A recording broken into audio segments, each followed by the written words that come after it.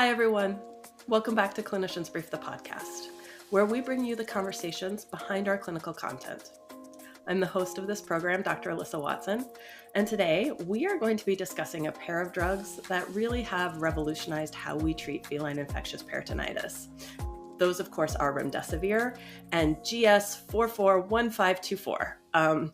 That might be the only time I say that in the whole podcast. I think from now on, I might just say GS because it's easier. Actually, this is when I was preparing for this episode, I kind of had a trip down memory lane. Actually, the very first episode that I was host of the Clinician's Brief podcast for was in June of 2021.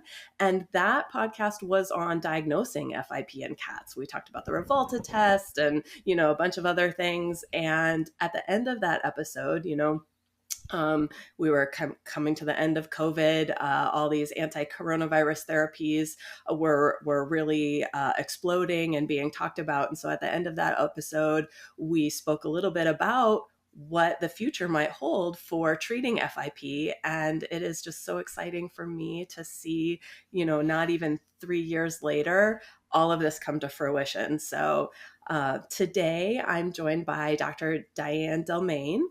She is an associate clinical professor of community practice at Auburn University, and she is here to talk about these advancements in treating FIP and a little bit about some of these groundbreaking drugs. So we are so thrilled that you could be here with us today. Doc, how are you doing? I'm great. I'm really excited about this too, and thank you so much for having me. Yeah, absolutely. We have lots of questions. I have lots of questions, and I know this is something that really interests our audience. But before we just jump into the nitty-gritty of these drugs, could you take a minute to tell us about your background and how you ended up at Auburn and what you're doing there right now? Sure. I started out of vet school in feline practice and ended up doing the American Board of Veterinary Practitioners feline specialty. I had a feline practice with my husband for many years, and we sold our practice, as many people do. Then I had this really cool opportunity to come to Auburn and work with the students, especially with feline topics. And it's just been super. And I'm thrilled to be here, thrilled about these new drugs for FIP. We were just chatting a minute ago. I tell the students that their norm is my miracle. It is just incredible that we have an effective treatment for FIP. I absolutely love that quote so much because you're right. I've been practicing 21 years, and this has always been a disease that when it comes in the door, that young cat not doing right, and you have to have that conversation with the owner. This has been a disease that's just been devastating during my career, and to have these drugs now is such a blessing. So let's talk a little bit about them. They are related, Remdesivir and GS. What is the relationship between the two drugs, and how do they actually work to interrupt viral replication of coronaviruses? Sure. Remdesivir is actually the prodrug of GS-441524, and I think that will be the last time I say all the numbers as well. Uh, these are nucleotide analogs. So basically, they mimic one of the substrates that's needed for viral replication of the coronavirus and interfere with replication. We don't need to get into all the molecular diagnostics. Yep. So they can stop the virus from replicating. Yeah. What dosage forms are available right now for Remdesivir and GS?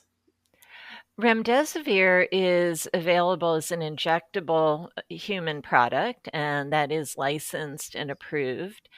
The GS is available in oral and injectable forms.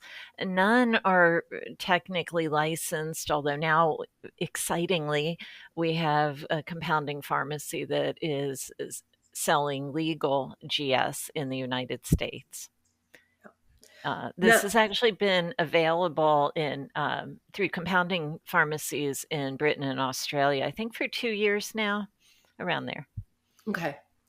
So then that injectable form of remdesivir, and I guess the injectable form of GS2, do we know if we can administer that like orally, the way we do with a lot of other products for cats? Certainly buprenorphine comes to mind. Mm-hmm. We've got actually some data on oral administration of remdesivir, and it does appear to be effective. Not sure about transmucosal. There's not really much in the way of data on that. So, like many things with learning to use these drugs, we're just going to have to see how it goes. So you said that they are both available now in the US, although my understanding is clinicians can still face quite a few challenges when sourcing and prescribing them, particularly with remdesivir. Why was it that veterinarians initially were unable to prescribe remdesivir for cats, even though it was used for humans for COVID-19? What has changed, in the last year or so? Initially, remember in the pandemic, it was so scary, and drugs were being approved very quickly to try and help people. Remdesivir was initially developed for Ebola, and that's what the company was working on. They pivoted during the pandemic and got conditional approval for treatment of COVID, but the approval was limited to patients with very specific circumstances and degrees of illness. Basically, they were all hospitalized, they were all pretty sick. And in fairness, the company allocated the use only to people, which was, I think, ethical during the And pandemic. yeah, Yeah, understandable and ethical given the situation the world was in. sure. But in April of 22, remdesivir received full approval. And most recently in August, got even more advanced approval. I don't understand all the approval processes. But the bottom line is that, like any other human drug, we can prescribe it if we want to. Okay. So now we are able to use that off label because Mhm. it has full approval and it's no longer got the conditional approval. Exactly. Yeah. Mhm. Yeah. It's still kind of hard to obtain, though, from my understanding. I don't think that you can get it just from a regular pharmacy, can you? No, and that makes sense if you think about how they use it in people. It's still used as an injectable drug that's IV and given to really sick patients most of the time. So it's generally carried through hospital pharmacies. I understand, though, that veterinarians can contact the distributors and order directly from them if they desire to. Okay. Well, that's a good little tidbit there because I wasn't aware of that. Thank you. Um, let's talk about the new compounded GS. Like you said, this is kind of a new development, and there was kind of a note put out by the FDA detailing their stance on this specific drug. Could you talk to us a little bit about that and what it means? Yes, and I think that veterinarians still have a lot of confusion and fear about using these drugs. And it's never been illegal to treat a cat who is on these drugs, right? But when we cannot use unlicensed products, we can't give our patients unlicensed products, we can't sell them or prescribe them, but we can certainly examine and guide owners of patients with unlicensed drugs, just as we do with many supplements, to be honest. Hmm. Uh, anyway, the FDA's stance on the GS is I'll actually read the statement.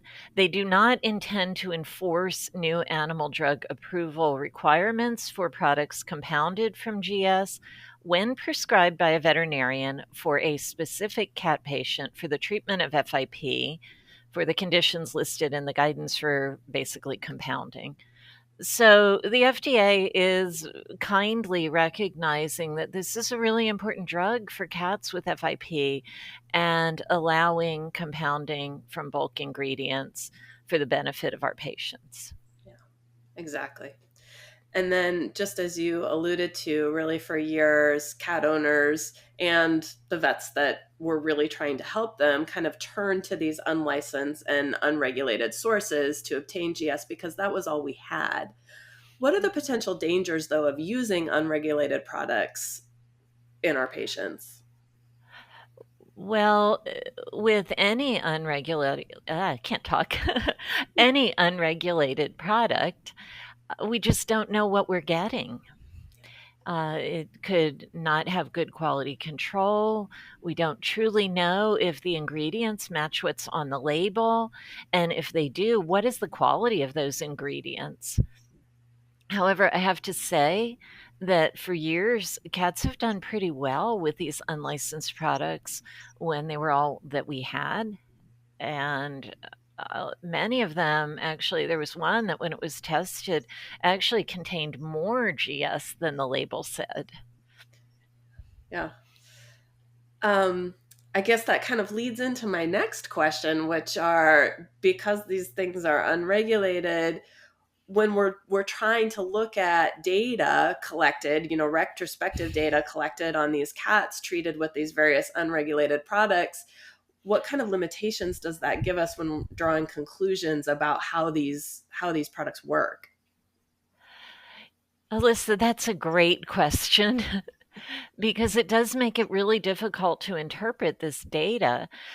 First of all, I think we're going to talk about this in a little bit, but how was FIP diagnosed? Mm-hmm. Right? It can be a challenging diagnosis. Did a veterinarian make the diagnosis or someone on social media? Um, and how much of the drug was given. Again, with an unlicensed product, we have no idea of what the dose truly was. How long was the cat treated? What was the follow up? And then finally, how did we define treatment success? Mm-hmm. Another issue with some of these surveys is that cat owners were surveyed. There was one big survey of a social media group, and my feeling is that people who've treated their cats for FIP and are on a social media group for it are probably the success stories, right? Because why would you continue to follow social media if your cat died of FIP? Mm-hmm. So I think there's some selection bias with that survey as well. Yeah, that's a really Um, good point, the selection bias. And also, just like you're saying with the dosages, I hadn't even thought of that not only could the dosage be less than what was in the product, but it actually could have been more than what is listed in the product. And so, looking at this data, I think we just need to be a little bit skeptical and a little bit, critical. I, but moving forward, now that we have these other products, hopefully we'll be able to gather some more concrete data to help guide our therapies and the different dosages and protocols that we are going to talk about after the break. Yes, and I think we're going to be getting some really interesting data out of Britain and Australia pretty soon because they've had access to, um, I'm going to say veterinary, but veterinary compounded Mhm. products for a while now. And it's funny when we look at a paper that's 4 years old and we're going, oh, that's so old with FIP, whereas with any other disease, it would still be new. Mhm, mhm. Yep, just as we alluded to at the top of the episode, everything's changing so fast. Mhm. Looking to protect your canine patients against parasites? Look no further than Simparica Trio, Serolaner Moxidectin and Pyrantel chewable tablets. The first chewable to offer triple protection from heartworm disease, ticks and fleas, and roundworms and hookworms. It's also FDA approved to block infections that may cause Lyme disease by killing deer ticks. Use with caution in dogs with a history of seizures. Serolaner belongs to the isoxazoline class, which has been associated with neurologic adverse reactions. The most common side effects were vomiting and diarrhea. Visit SimparicaTrioDVM.com for full prescribing information. So you did touch on this when we were talking about limitations of our data, and that is diagnosing FIP. Diagnosing Mhm. FIP is incredibly challenging, especially the dry form. And so, in your opinion, what criteria should we be using to diagnose cats before we start treatment with either remdesivir or GS? Yeah, and that's another great question. I think that it is really important to be reasonably certain that the cat has FIP before we use these drugs. And I'm going to get on a little bit of a soapbox here because we do not want to indiscriminately use potent antiviral drugs. We need them for not just cats, but for us and for the world. Resistance is going to come around. We may already be seeing a little bit. And so we need to be responsible antimicrobial stewards with these drugs. Mm-hmm. Having said that, we really need to look at the whole picture to diagnose FIP. And I like to think of an FIP diagnosis as bricks in the wall. And the more bricks that we have, the more likely the cat is to have FIP because we do not have a single diagnostic test for FIP. We want to look at the history, the signalment, use our blood testing, our imaging. We actually recently did a study at Auburn, our molecular diagnostics lab, and Dr. Wang looked at 14,000 samples that were submitted for FIP testing and put together all of, I guess I'm going to say, the results. And the findings were that cats under 1 year were more likely to be positive. Male cats, purebreds such as British Shorthair, Burman, Ragdoll, Persians, and Siberians, so kind of these long-haired breeds, which is my personal experience as well. Interesting, peritoneal fluid and lymph node samples were the most strongly positive. But what's really interesting, and we definitely need more work on this, urine and kidney samples showed relatively high positivity. So he's going to continue working on this. I don't want y'all to think you can just analyze urine and diagnose FIP at this point in time, but wouldn't that be amazing to be able to do PCR on urine and diagnose FIP? And that might be in the cards down the road. That would be incredible. Wouldn't it? God, it would be so easy. But if we think about the disease of FIP and that we know it mutates from a relatively benign intestinal corona, and then FIP virus, after it mutates, develops an affinity for macrophages, which then act as sort of this Trojan horse and take the FIP virus through the body where it causes this granulomatous vasculitis and all of the other issues we see. So when we're diagnosing FIP, basically what we're looking to do is find coronavirus in tissues where it doesn't belong. Okay. So we know it belongs in the intestine. Mm-hmm. We can have some minor spillover into other tissues, but if we're finding high positivity in, the kidneys, in effusion in the abdomen, in lymph nodes, that cat likely has FIP. Mm-hmm. I feel like the cats with abdominal effusion, which are about 80% of our cases, are pretty straightforward. Mm-hmm. I mean, let's face it, there aren't many things that cause significant abdominal effusion, high protein abdominal effusion in young cats. Yeah, especially in those young cats, just like you were saying. Yeah. Yeah. And then, we want to look at our signalment, our history. Has the cat had a recent stressor that seems to be involved? Has he come from an environment with a lot of cats where he would have been exposed to coronavirus? Is his blood consistent? We look for a high globulin, maybe low lymphocytes, although cats never read the books. So that if it's not there, it doesn't rule out FIP. And I wanted to point out, too, that the European version of the Feline Practitioners has this wonderful website, the Advisory Board on Cat Diseases. It's ABCD Cats. And they have this beautiful diagnostic tool for FIP with a multicolored flow chart. And you can just kind of work your way through. If the cat has an effusion, you've got this chart. If he doesn't, you have that chart. If he's got ocular signs or neuroscience, it's quite lovely. That's great. Thank you. Yeah. So, like we were saying, though, this can be really difficult to diagnose. But then on the flip side of that, I feel like we kind of have a time crunch too, because at least in human medicine, all of these antiviral therapies are recommended as soon as possible, within a few days of even symptom onset. Do we know if that's the case in cats too? Like, when is the ideal time to start remdesivir or GS if you have a suspected case of FIP? Yes, and that's another great question. I would say as soon as we're reasonably sure of the diagnosis, because these cats could get sick in a hurry. Median survival time of cats with effusion is really pretty short. I think there's some papers as short as 2 weeks. Oh. So the sooner the better. And most cats will respond quickly to treatment with these drugs if they have FIP. So you can use response to treatment as a diagnostic tool. But again, being pretty certain. And there was a cat that I saw here at Auburn that was referred in from the community.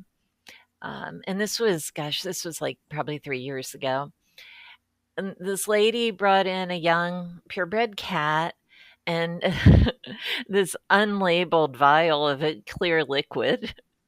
And she said, my vet was concerned that my cat had FIP. And so I went online and I ended up getting this. And I'm not sure if I should give it.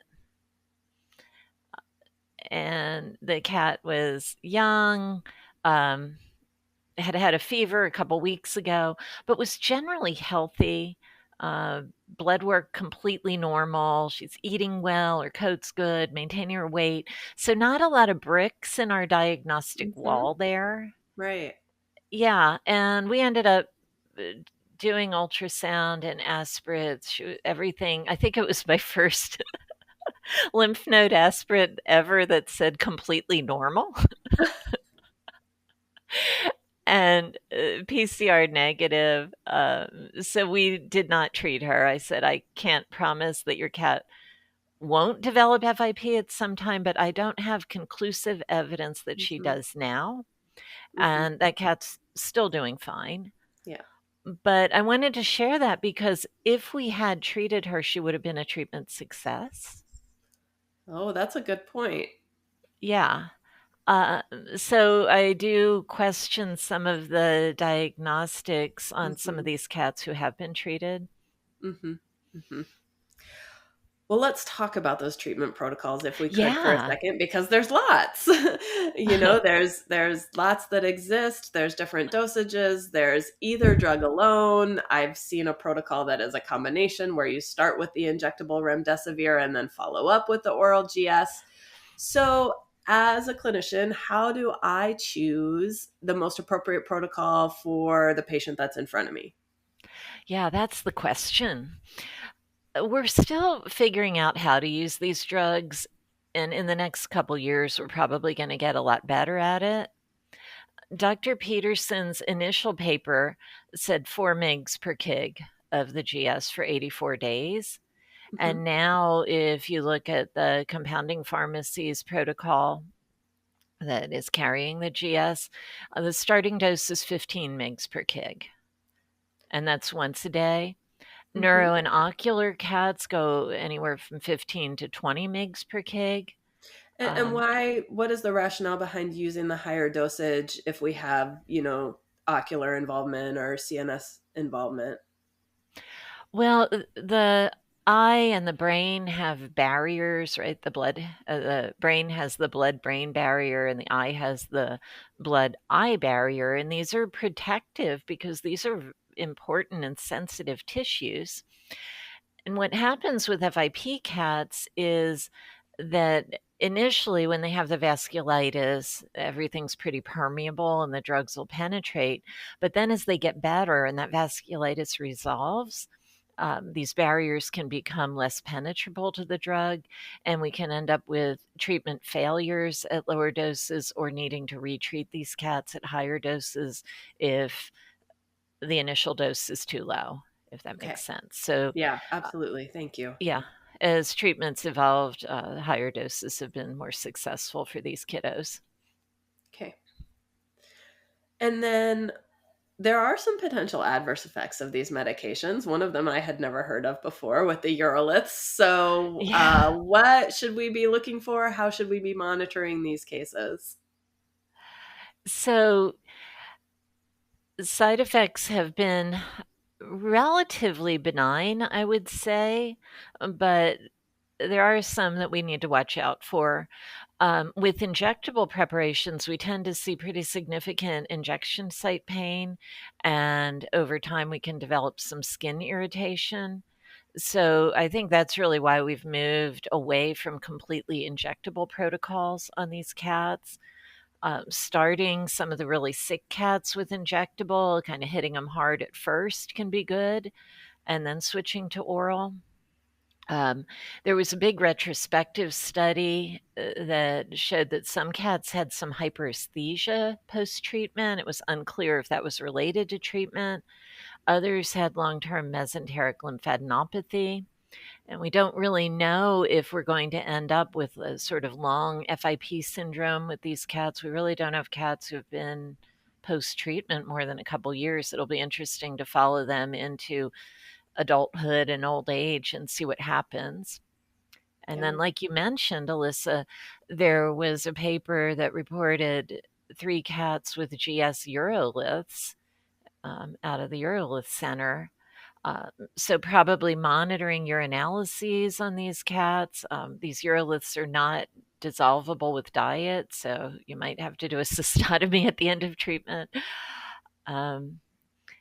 Yeah, so those would just be things to look out for. Okay.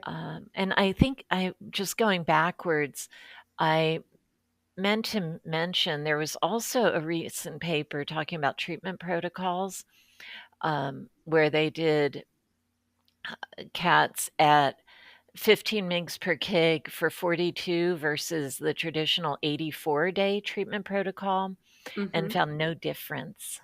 So we may not need to treat these cats as long, and maybe we would have less issues with things like uroliths, which would be great. Yeah, that would be great.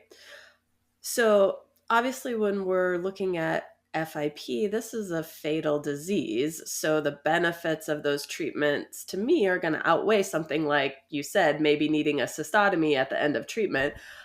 But are there instances where we need to really, the adverse effect profile is something that we would need to consider stopping the drug altogether or at least reducing the dose? Yeah, that would be challenging. Again, with a fatal disease, I think that would be clinical judgment and how severe the side effects are. Or maybe the cat doesn't even have FIP at all or has some other comorbidity. Okay. But I think that it would just be case by case decision and communication with the client. What are their willingness to affect or accept risk, and how far do they want to go with it? Yeah. And then as we're using these medications more and more, we also have a lot of supportive care that traditionally we have used for FIP patients because that was really all we had. These adjunctive supportive care things like abdominocentesis to make them more comfortable. I know a lot of clinicians, myself included, used a lot of palliative steroids in these patients to improve their quality of life. Is there any reason to, can steroids still be used alongside remdesivir or GS in order to reduce inflammation? Or do we find that will interfere with our treatment? We don't know. And on the human side, they don't use steroids with these drugs because the theory is that they may increase the clearance. So they try to avoid them unless the lungs are so inflamed, or Mm-hmm. there's some other issue that really requires steroids. Some veterinary references worry about immune suppression on steroids, that these cats may already be pretty sick. So again, that's going to come down to clinical judgment. Mm-hmm. And I went to vet school at UF, and Dr. Scher, Uncle Mikey, always said, don't let them die without steroids. Better pred than dead. That's Yeah. Yeah. yeah. Yeah, But so in a lot of these cases, we really are looking at our clinical judgment. You had said, especially with ocular and CNS, that we need the higher doses, or we might need to come back and retreat at higher doses. So once we go through one of these protocols, either the shorter one or the 84 longer day protocol, how are we monitoring for relapse? What happens when we do relapse? Can we come back and treat them again? we can, and there are many cats who have been retreated. Of course, that's not so great for the cat to get another 84 days of medication, and not so great for the owner to have to pay for it, which is why the higher initial dose protocols have been developed to try and avoid relapses and retreatment. But clinical signs would be the same as the first time around, really. You're going to have to go through all your FIP diagnostics again. The cats that are treated generally have their protein levels return to normal, the biochemical values return to normal, they gain weight, their coats look good. They just don't look like sick cats anymore. And, with any of our antimicrobials, we also say dead bugs don't mutate, right? Hit them hard at first and get rid of them. And I think that's where we're going to be with our antiviral medications as well. Okay. And then I guess last question, and we may not have the answers to this because, like you said, this has only been a few years following these cats out, but long term, after they've been recovered, should we be changing any of our preventive care protocols? Should these cats be vaccinated in the future? Things like that? It'll be really interesting to see how that goes. The feeling is to, again, look at the vaccine protocols. What is this cat's risk profile? Do we really need to do this vaccine on this cat? And decide from there with clinical judgment. Certainly, these cats should have routine blood work. They should have routine parasite prevention, all the good nutrition, all the good things that we can do for our patients. And keeping our eyes on them. That's just so important, to bring them in and recheck and have our eyes on them, not just our owners. So this was just wonderful conversation, and I just can't tell you how excited I was to sit down and how much I appreciate you joining us. Before I let you go, though, there's one last little thing that we do at the end of our episodes. It's a little game we like to call rapid fire, and it's just a fun game. It's nothing serious. They're just would you rather questions, just to have a little fun after we asked you all the hard questions. Okay. Fire away. Let's play. All right. Would you rather practiced without meropenem or without gabapentin? Ooh, probably meropenem, though. Tough call. Tough call, especially with a love of felines. You got to have that gabapentin. Yeah. Tough call, though. If you had to, would you rather treat your own pet for a medical issue, or would you prefer to have a trusted colleague treat them? I am such a control freak that I have to do my own pets. I usually prefer to treat my own pets as well, so we're in the same boat there. Well, the other thing is then if it goes wrong, I won't be mad at anyone else. Yeah. That's one of the things that crosses my mind as well. So, would you rather find out the kittens you were just snuggling are covered in ringworm, or would you rather have the client want to show you their rash? Oh, I would take the client having the disease over me anytime. Yep, looks like ringworm. Off you go. Yeah, go to your doctor. Have fun. But I have snuggled ringworm kittens. I have too, unfortunately. Yeah. Unfortunately, it's always after you put them down that somebody breaks out the woods lamp and you're like, oh, shoot. Yeah, I'm like, wait, what is that on his tail? Okay, last question. If cats wore pants, would the pants have 2 legs or 4 legs? Definitely 2. Just 2. 2 and a little hole for the tail. Yeah. I They agree. wouldn't like all 4. And then they would just get them off that much easier. Well, that was all the questions. That was easy, wasn't it? It was fun. Okay. Yeah, it was fun chatting with you. And again, it's so exciting to see this new world of FIP treatment and where it's going to go. Yep, I agree completely. And, we're going to have to come back in another, year or a couple of years and have another episode, because I think a lot of the questions that we had today are going to be answered, They are. And it'll also be interesting to see if these drugs have any use for leukemia or FIV. Mm-hmm. Yeah, absolutely. It's a whole new world out there with these drugs. It So is so thank exciting. you for joining us. Thank you to our audience for listening. I hope you found this episode as informational and exciting as I did, because it was great.